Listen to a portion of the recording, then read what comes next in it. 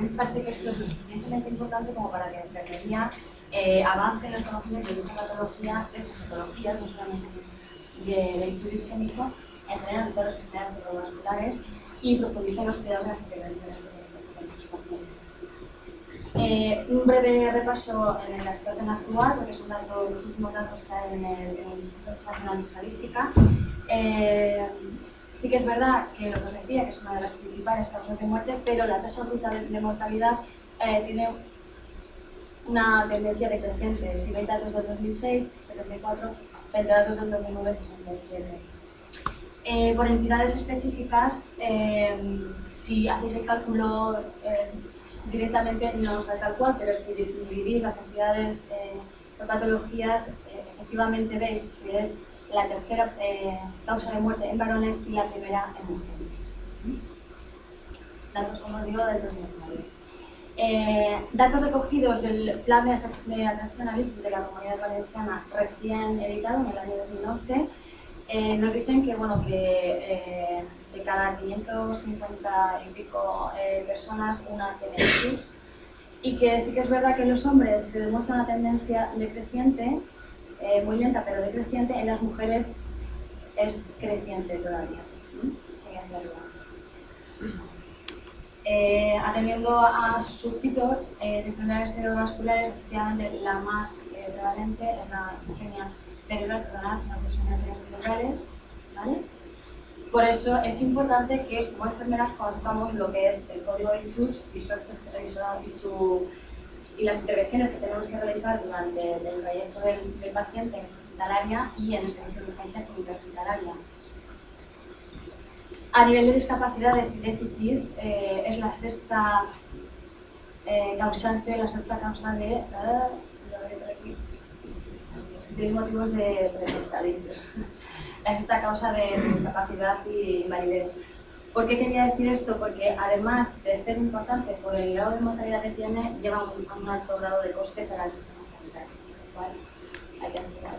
Y bien, por entonces, simplemente deciros que en los varones a partir de los 60 años hay un pico importante de aumento y en las mujeres a partir de los 80 suele ser más importante. Bien, ¿por qué para enfermería? Se está observando, porque esto es todavía muy incipiente, que la calidad asistencial de enfermería, tanto en extrahospitalaria como en urgencias intrahospitalarias, mejora el pronóstico de estos pacientes.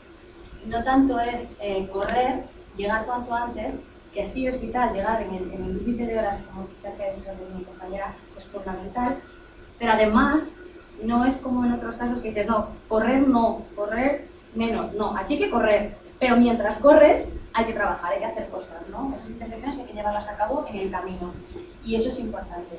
El código ictus es un código, como ha dicho mi compañera, que no es en España, que lo que hace es coordinar, integrando diferentes servicios para que el paciente en el menor tiempo posible llegue a lo que ha dicho, porta aguja, al menor tiempo posible al tratamiento definitivo. En este caso, coordinamos a través del Centro de Coordinación, de Formación y Coordinación de Urgencias, los servicios extrahospitalarios, tanto de transporte de emergencias como atención primaria. En la atención primaria también se detectan muchos ictus isquémicos y actualmente ya directamente se comunican tanto uno como otro con CICU, y CICU activa el código ictus. En la Comunidad Valenciana, como no tenemos soporte vital sanitarizado, actualmente también pueden activar el código ictus los soportes básicos sin sanitarizar, técnicos, a través de escala Cincinnati, llaman a CICU y activan código ictus. Bien, la aplicación de enfermería. Quiero ir muy rápido. Entonces, algunas cosas me las voy a dejar, pero bueno. Deciros que efectivamente el compañero de Hebner, Daniel y su equipo, me imagino que a lo mejor estabas tú, hicisteis un estudio que está publicado en 2011 sobre, vamos a ver, el retraso o no retraso de la llegada de los pacientes previo a la instauración del código ictus en la provincia. Entonces, lo que realmente me parece interesante es que menos de 3 horas, la gente sin estar instaurado el código ictus, menos de 3 horas llegaban el 49% con ambulancia medicalizada, es decir, está bien, el 50%, pero ¿qué pasaba con pero ¿qué pasaba con el 51% restantes? ¿Dónde estaban? Bueno, pues la mayoría iban por sus propios medios o por ambulancias no medicalizadas, como les decía la activación de código ictus, que pasaba, que se archivaba a través de la gravedad del paciente, es decir, al valorar la escala NIS, NIHS, efectivamente los más graves, valorados por un médico CICU, iban con una ambulancia medicalizada, los no graves por sus medios o directamente no medicalizadas. Bien, esto es el algoritmo general de atención al ictus sacado, como os he dicho, del plan de atención al ictus de la Comunidad Valenciana recién publicado. ¿Por qué me parece interesante? Bueno, creo que la formación y la capacitación y la actualización de cuidados de enfermería y de intervención en la enfermería en ictus debe ser una implicación tanto de la enfermería de extrahospitalaria, de emergencias, como de PACS y PAS, atención primaria, como bien dice en el algoritmo, y urgencias intrahospitalarias, por igual, porque nos podemos encontrar un ictus en cualquiera de los niveles asistenciales.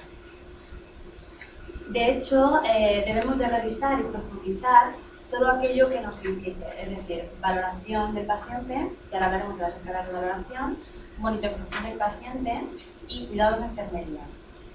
Voy a insistir de nuevo, no retrasando el traslado del paciente, todo se hace durante el camino. Cuidados de enfermería, comentar las escalas de valoración.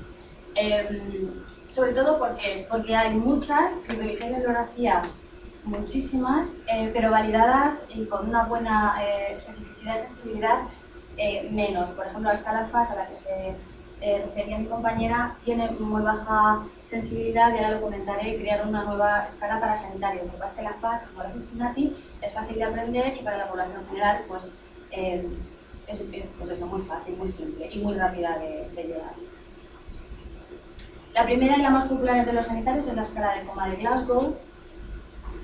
Está suficientemente empleada, validada, hay mucha bibliografía acerca de la escala de coma de Glasgow, pero hay tres limitaciones que me parecen interesantes en el tema del ictus. Es que no nos deja valorar el habla en los pacientes afásicos, no podemos, tampoco estamos limitados en los pacientes que estén sedados, que no se puede valorar.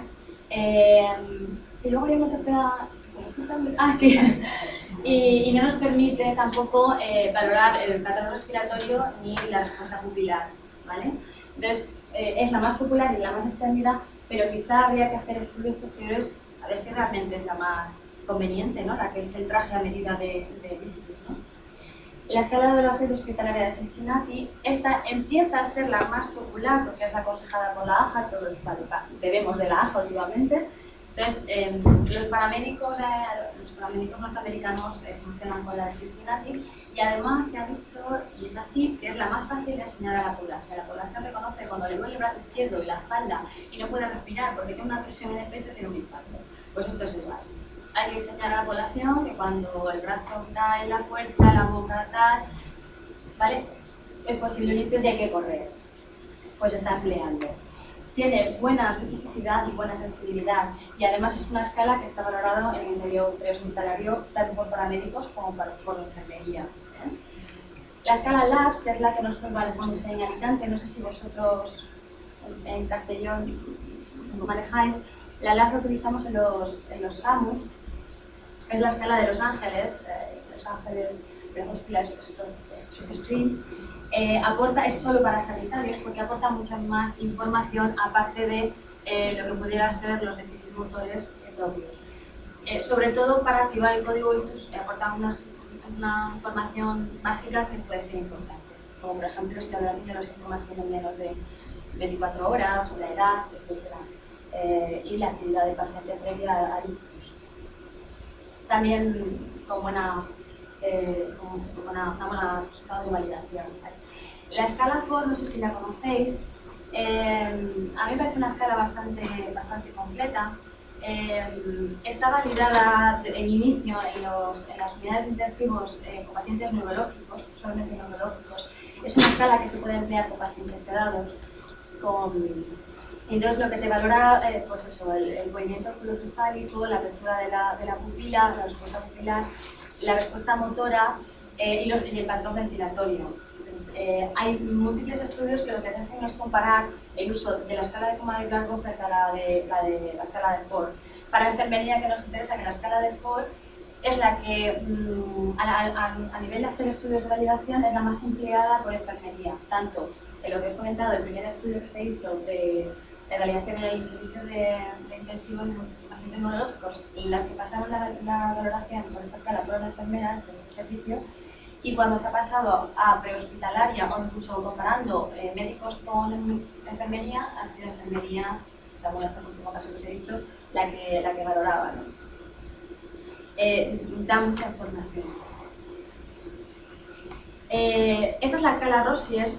Esta escala nace en Inglaterra porque verifica que la escala FAST no tiene tanta sensibilidad y especificidad, y además los médicos de atención primaria, que eran los que utilizaban, y los paramédicos de la escala FAST, tardaban mucho, no sé por qué, pues lo que he encontrado en la bibliografía es que tardaban mucho, no tardaban en pasar la escala, sino que tardaban mucho en derivar al paciente al servicio de urgencias. Y entonces se empieza a crear la escala Rosier. La escala Rosier, ¿qué nos añade? Pues que además incluye la valoración de la escala de Comay-Glasgow, la presión arterial y la glucemia.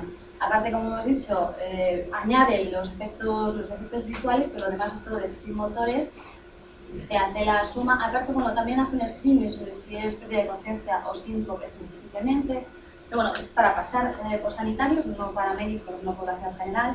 Pero bueno, que sepáis que en Inglaterra y en otros países anglosajones también se habla de la escala Rosier.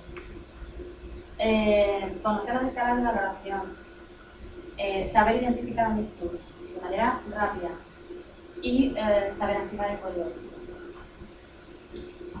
Para activar el código ictus, bueno, activamos el código ictus, perdonad, y para trasladar al paciente debemos de conocer qué intervenciones tenemos que hacer durante ese camino. Monitorización, ¿vale?, del paciente.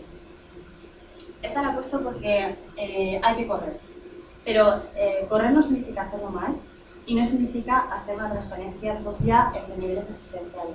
Cuando un paciente puede pasar de primaria a SAMU, de SAMU a urgencias, de urgencias a neurólogo o unidad de ictus, en el caso de enfermería unidad de ictus, hay muchos cambios que ese paciente puede sufrir en muy poco tiempo, ¿vale? En un tiempo muy corto.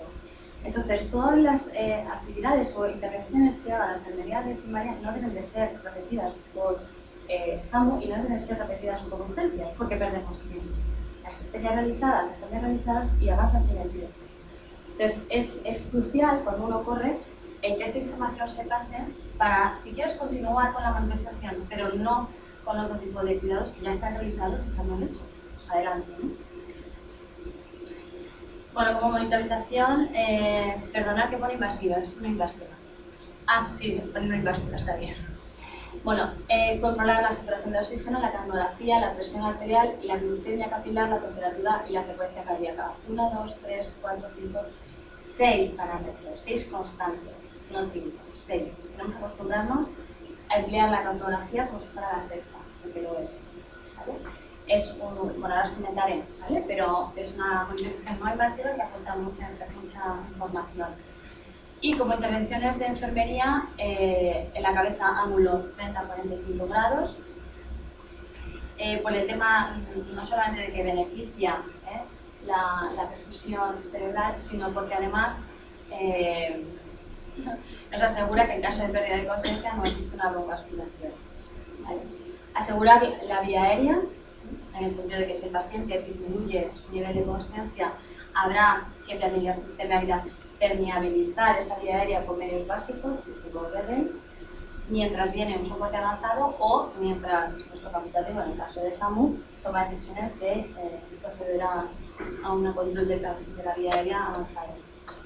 Canalizar vía periférica si fuera preciso, control de fluidoterapia administrada, valoración de la disfagia, en el caso de las urgencias intrahospitalarias y, por supuesto, la transferencia de paciente. La óptima oxigenación. Bueno, la óptima oxigenación se valora bien a través de la saturación de oxígeno.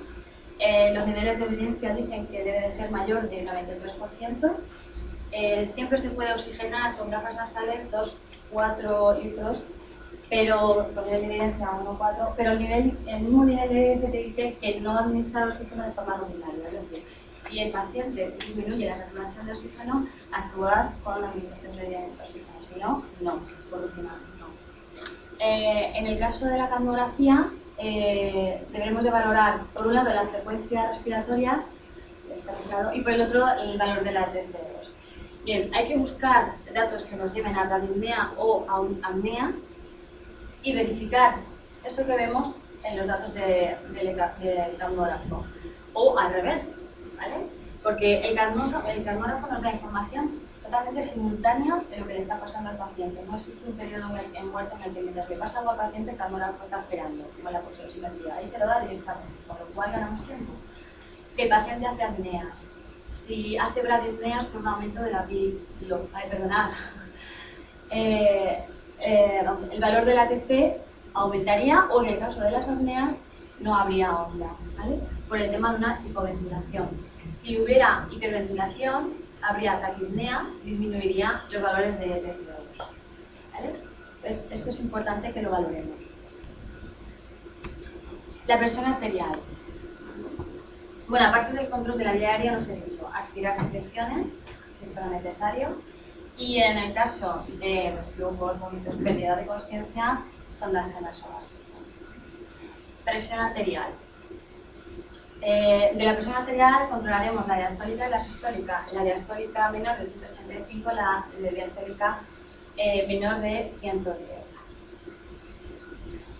Este es un estudio del grupo de estudios de enfermedades cerebrovasculares de la SEN, de la Sociedad Española de Neurología, en el que valoraron, bueno, se llama el estudio TICA, creo que busca el estudio TICA, en el que valoraban realmente las cifras de sistólica y de diastólica y su pronóstico de mortalidad.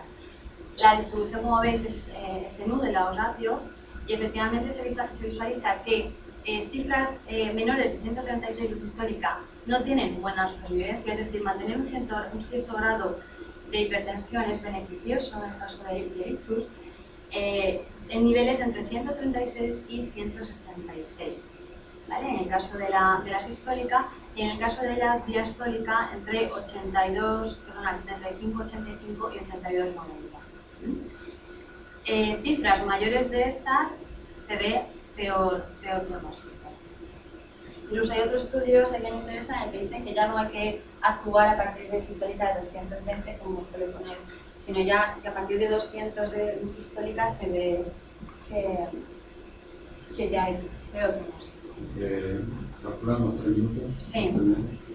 Bueno, no, solamente decir de la presión arterial que hay que monitorizarla, y a la hora de administrar medicamentos, hacerlo con cautela. La administración no se puede hacer rápida, sin monitorización permanente del control. La tensión hay que bajarla de golpe, y bueno, pues control de la evolución de la tensión en todo el momento. La glucemia capilar. La glucemia capilar debe ser menor de 155 miligramos por decilitro, porque hay estudios del mismo grupo. Este estudio llamado GLIAS. Hay estudios, aparte de ese, hay otros, que lo que dicen es que valores por encima de 155 miligramos por decilitro de glucosa en sangre tienen peor pronóstico, tienen mayor grado de mortalidad de los pacientes, con lo cual hacemos una glucemia, determinamos si los síntomas que valoramos, la escala de valoración que elijamos nos da que efectivamente pueda tener un ictus. Habría que hacer una glucemia para descartar que no fuera situaciones de hipoglucemia que nos puedan dar error. Una vez descartada la hipoglucemia, descartar también la hiperglucemia, ¿vale? Que tendría, en el caso del ictus, mal pronóstico. La temperatura corporal, lo mismo. La hipertermia se considera también precursor de mal pronóstico, con lo cual hay que poner termómetro a todo paciente con código ictus activado, y debemos mantener la temperatura axilar menor de 37,5 grados. Antipiréticos, nunca aspirina, mi compañera. Otras intervenciones, la administración de la fluidoterapia endovenosa. Control de efectos deseables y no deseables de esta fitoterapia, administrar siempre el suero salino por defecto, salvo en casos de hipoglucemias diagnosticadas por un facultativo en el que sea preciso y sea prescriptivo por un facultativo esteroglifosado a 5%. Por supuesto, canalizar una vía venosa trazando paredes, tardando el menor tiempo posible, insisto.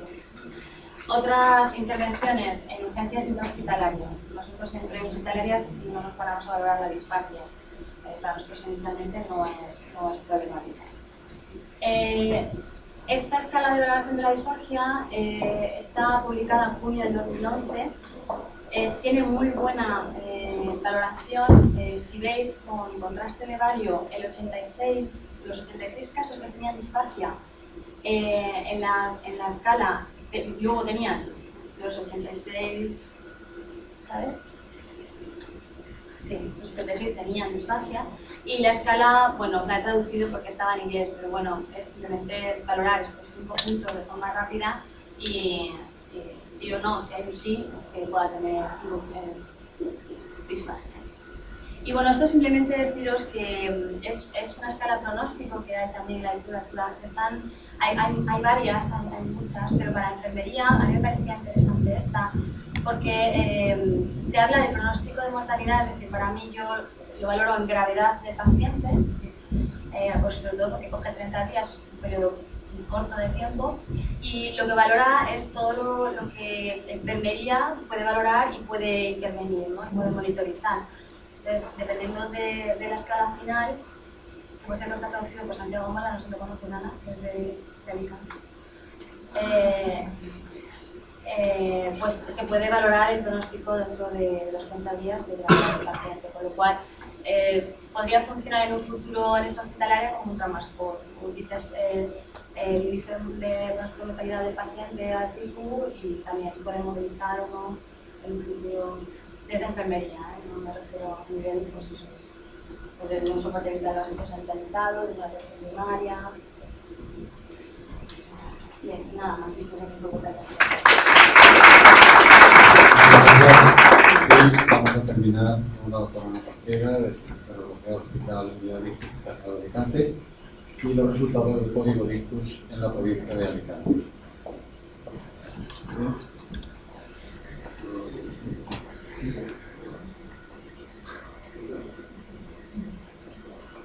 Yo os agradezco a los que quedáis, porque yo entiendo que una de las cosas que estamos priorizando hoy es que el tiempo es oro y me imagino que el tiempo de todos nosotros es oro, así que voy a intentar ser lo más breve posible y adaptarlo a lo que vosotros os interesa más. Además, muchas de las cosas que yo tenía preparadas a hablar ya han hablado mis compañeras, o sea que yo creo que vamos a ir al grano. Yo creo que, como hemos acumulado ese retraso, he escuchado bastante las charlas de comunicaciones de cardiología y yo creo que el ictus es algo completamente diferente del código del infarto. Y eso ha hecho probablemente que el código ictus en neurología ha ido por delante del código del infarto de miocardio. Yo creo que, a pesar de que muchos nosotros estamos por detrás en cardiología, yo creo que ha sido porque el ictus es más difícil de diagnosticar, incluso para nosotros que lo estamos viendo todos los días. Desgraciadamente nosotros no tenemos un marcador, ni siquiera tenemos una prueba diagnóstica como es el electrocardiograma que nos permite diagnosticar al paciente de un ictus durante su traslado. Y eso hace que desde la Sociedad Española de Neurología y demás se haya priorizado que el paciente entre rápido en contacto con un neurólogo. Yo insisto, incluso para nosotros muchas veces eso es difícil. La falta de marcadores hace necesaria una interpretación clínica rápida. Uy, esto es... Ahí. Lo os voy a hablar como ha hablado antes Elena, la verdad es que de lo que yo voy a hablar, someramente por encima va a ser del plan de atención sanitaria que se ha publicado ahora, y eso nos obliga, o sea, hace que el ictus sea una prioridad y la atención al ictus urgente es una prioridad de la Comunidad Valenciana y es un plan que ha de instaurarse de aquí al 2015, hacemos todo lo que podemos, hacemos nuestra parte. La eficacia de la trombolisis, yo creo que eso ha hablado la doctora Soriano y no hace falta que entremos más en ella, simplemente lo mencionaré por encima. A la hora de cuál es la situación de la atención al ictus en nuestra provincia y luego unas conclusiones al respecto. La provincia de Alicante es la cuarta provincia más poblada de España, después de Madrid, de Barcelona y de Valencia, es decir, muy densamente poblada. Y evidentemente además tenemos una una población ambulante que viene del resto de España, que nos utiliza como los turistas, de hecho son gran parte de nuestros pacientes, que eso ya lo han comentado antes. Además, el ictus es una enfermedad tremendamente prevalente y sabemos que es muy discapacitante. ¿Esto qué es lo que hace? Que se sabe que en la comunidad, solamente en la provincia de Alicante, el término número medio de ictus ha sido por años de prácticamente 3.700, y en el hospital de Alicante, solo de nuestro área, son aproximadamente 700 pacientes cada año. La unidad de ictus de Alicante es pionera en la provincia de Alicante y empezó a actuar hace más tiempo, aunque nosotros el código ictus nos empezó a hacer como tal desde el 2006, pero este año, desde aproximadamente abril de 2011, entró en funcionamiento lo que se llama la unidad de ictus de Elche. Sigue siendo de referencia el hospital de Alicante para determinados pacientes, y lo que probablemente lo que se tiene que hacer por esto, en el hospital de Alicante existe la posibilidad de tratamiento endovascular. Pero afortunadamente, desde este año, dada la dispersión de la población de la provincia, hay dos unidades en funcionamiento. De esta forma, la unidad de Alicante atendería la parte norte de la provincia, que está dividida, y en la unidad de Elche la parte sur de la provincia. El tratamiento trombolítico intravenoso es un tratamiento que claramente demuestra eficacia, y sobre todo su eficacia es, ¿qué es lo que sabemos que ocurre? Es que los pacientes que acceden a la trombolisis intravenosa de forma muy precoz, a los 3 meses tienen un pronóstico funcional mejor, es decir, son más independientes, y eso es la prioridad, es decir, autónomos. En el 2007 la Agencia Europea del Medicamento permitió su uso de forma generalizada por debajo de las 3 horas. Luego hemos aprendido mucho más del código ictus, se ha utilizado mucho trombolítico claramente fuera de ficha técnica y más allá de las 3 horas, y sabemos que incluso más allá de las 3 horas, sobre todo entre las 3 y las 4 horas y media, también hay pacientes que se pueden beneficiar del tratamiento fibrinolítico. Ahora bien, serán muchos menos y hay que tener más precaución porque tenemos más riesgo de hemorragia cerebral. Esta gráfica también la ha puesto la doctora Soriano, pero yo creo que es la base de todo el tratamiento fibrinolítico y la base de que intentemos tratar a muchos pacientes y sobre todo les intentemos tratar pronto. Estos son los pacientes, es hasta las 3 horas de tratamiento. Lo que nosotros sabemos es que los pacientes que tratamos, sobre todo al principio, se benefician muchísimo del tratamiento fibrinolítico. De hecho, los pacientes que reciben tratamiento por debajo de la primera hora, incluso por debajo de las primeras 2 horas, tendríamos que tratar solo a 2 pacientes para que uno de ellos se beneficiara. Mientras el paciente fuera tratado dentro de esas 3 primeras horas, el NNT es de 7. Este NNT está por encima de muchos otros tratamientos que existen, porque es muy beneficioso. Ahora bien, más allá de las 3 horas, el número de pacientes necesario de tratar ya subiría por encima de los 22, con lo cual es menos beneficioso. Y es muy importante esto de la cara a la prioridad que es tratar los pacientes con ictus. Esto también procede del PASI, que es la atención al ictus. El código ictus se puede activar bien desde fuera del hospital. Es decir, un paciente que accede al sistema sanitario, sobre todo es el tema que vamos a hablar hoy, es decir, que accede al sistema de emergencias con una llamada telefónica o incluso desde un centro de atención primaria, o bien se puede activar desde urgencias del hospital, ya sea desde nuestro propio hospital o desde un hospital comarcal que requiera también que sea valorado de forma urgente por un neurólogo. Normalmente en la mayoría de los hospitales no hay neurólogos. Esto también lo han comentado antes. Yo creo que ante un paciente con un código ictus, esta es la cadena de atención. Yo creo que básicamente la idea es un paciente que tiene una focalidad neurológica, avisa al 112, el sistema de emergencias valora si el paciente es candidato, o sea, si entra dentro de los criterios de código ictus, y se valora in situ, por un personal sanitario o por personal parasanitario. Si se activan los criterios del código ictus, se avisa directamente al neurólogo del hospital que está prevenido acerca de la llegada del paciente al hospital. Como ha explicado antes la doctora Soriano, esto es un gran avance porque al avisarnos incluso desde el domicilio del paciente, desde la calle o desde el centro de salud, eso acorta muchísimo los tiempos una vez que el paciente llega porque le esperamos en la puerta. ¿Por qué activa una persona que vea un paciente que tiene una focalidad neurológica, que es avisado, que es evaluado por personal sanitario o parasanitario? ¿Cuándo va a considerar que sí que es candidato, que es un paciente que es un ictus agudo? Evidentemente tiene que identificar que se trata de un ictus, que a veces no es tan obvio, ahí viene la gran dificultad. El paciente tiene que ser mayor de edad, sospechar que es un ictus Normalmente lo que se emplea es la escala de Cincinnati, yo creo que es porque es muy rápida y es lo que nos interesa. El paciente lleve menos de 4 horas en unidad de evolución, es muy importante que alguien le haya visto. De nada nos sirve un paciente que haya tenido el ictus mientras dormía o demás, alguien tiene que haberle visto en ese periodo de tiempo. Luego un paciente que fuera autónomo, es decir, de esta forma excluiríamos del tratamiento trombolítico aquellos pacientes que fueran dependientes. ¿Cuándo lo excluiríamos? A grosso modo, de forma muy general, normalmente se excluyen aquellos pacientes que tengan un riesgo mayor de sangrado si les administráramos el tratamiento, que son pacientes que han padecido una cirugía mayor, un TT grave, una hemorragia, y también se excluye. Luego hay que tener también mucho cuidado por la hipoglucemia, no porque tengan una hipoglucemia, sino por si hay que revertirla, porque si es que puede minimizar la focalidad neurológica.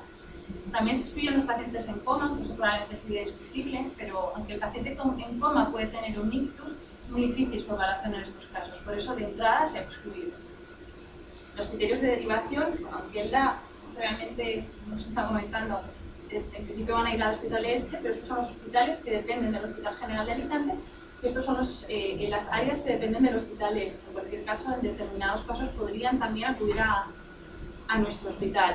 El acceso hoy por hoy, después de la activación del Código Ictus provincial, que en el caso de nuestra provincia se ha hecho este año, los pacientes de estas áreas serían trasladados a través del CICU directamente al Hospital General de Alicante, mientras que los pacientes dependientes del sur de la provincia irían directamente al Hospital de Elche. Incluso también lo que puede ocurrir es que alguno de esos hospitales comarcales, de Denia o Villajoyosa, requirieran trasladar al paciente al Hospital General de Alicante o uno de los otros al otro hospital, es decir, traslado del otro hospital o directamente de su domicilio.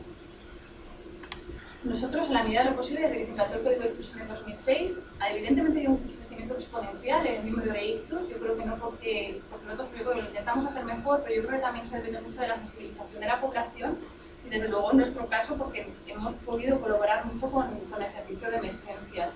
De hecho, ha cambiado mucho el perfil de los pacientes que nosotros priorizamos. En el primer periodo de la implantación del Código Ictus, como podéis ver, la mayor parte de los pacientes que recibían el tratamiento fibrinolítico procedían de la activación del Código Ictus en urgencias de nuestro hospital. Una minoría procedían de urgencias de otros hospitales y luego, como podéis ver, aproximadamente un 23% eran pacientes que el Código Ictus había sido activado extrahospitalario, es decir, con la participación del CICU. De enero del 2010 a abril del 2011, antes de la implantación del Código Ictus provincial, y es que el perfil es bastante similar, aunque también el CICU cada vez nos selecciona mejor los pacientes. Hay un cambio drástico cuando el Código Ictus pasa de ser un Código Ictus que estaba activado prácticamente a nivel de la ciudad de Alicante a que se ha activado a nivel provincial, lo cual nos permite que los pacientes nos lleguen directamente, es decir, no hagan el paso intermedio por los hospitales comarcales. Veis que esto ha hecho que el CICU nos proporcione ya el 37% de los pacientes que finalmente reciben tratamiento fibrinolítico. Una gran parte, lógicamente, también dependen de urgencias de nuestro hospital y luego una pequeña parte van a ser pacientes que fueron a urgencias de otro hospital y que son trasladados, lo que se llama un traslado interhospitalario, lo conocemos perfectamente. Eso ha sido, afortunadamente, gracias a que ya pueden acudir a nuestro hospital directamente. Esto de otra manera. ¿Cuántos de los pacientes que el CICU selecciona finalmente son trombolizados? Yo creo que eso es lo que más os importa a vosotros, yo me imagino. Evidentemente, en el periodo inicial, cuando se implantó el Código Ictus, yo creo que éramos todos mucho más inexpertos, solamente no llegó al 20% de los pacientes que nos remitió el CICU recibieron tratamiento fibrinolítico. Podéis ver que está aumentando. Hasta abril de 2011, es decir, cuando el Código Ictus era algo mucho más localista, como ha explicado la doctora Soriano, que también fue aquí así en el inicio, aquí llegó a un 24%. ¿Qué es lo que ha ocurrido ahora? Desde abril de 2011, cuando ya el Código Ictus se implantó a nivel provincial, ¿qué ocurre? Que los pacientes que nos trae el ictus nos aporta el Código Ictus, el 50 y 57% de los pacientes que nos ha traído el CICU, finalmente, que es seleccionado el CICU, finalmente recibió tratamiento fibrinolítico. Claro, es que es una selección excelente, o sea, yo creo que es muy alto. ¿Entendéis la diferencia, no? Yo creo que eso ha sido gracias yo creo que también a esa activación de Código Ictus provincial, y yo creo que a que hemos podido hablar con ellos más a menudo. En estos pacientes que ha seleccionado el CICU, que como os he comentado, el 57% se realiza fibrinolisis y en un 43% no se ha hecho. ¿Por qué no se ha hecho? Pues la verdad es que en nuestro caso, la mayoría de los casos, no es porque esté mal activado el código ictus, sino que son causas que a veces es imposible discernirlas en el domicilio del paciente o en la calle. Un 29% es porque el paciente tenía una hemorragia. Clínicamente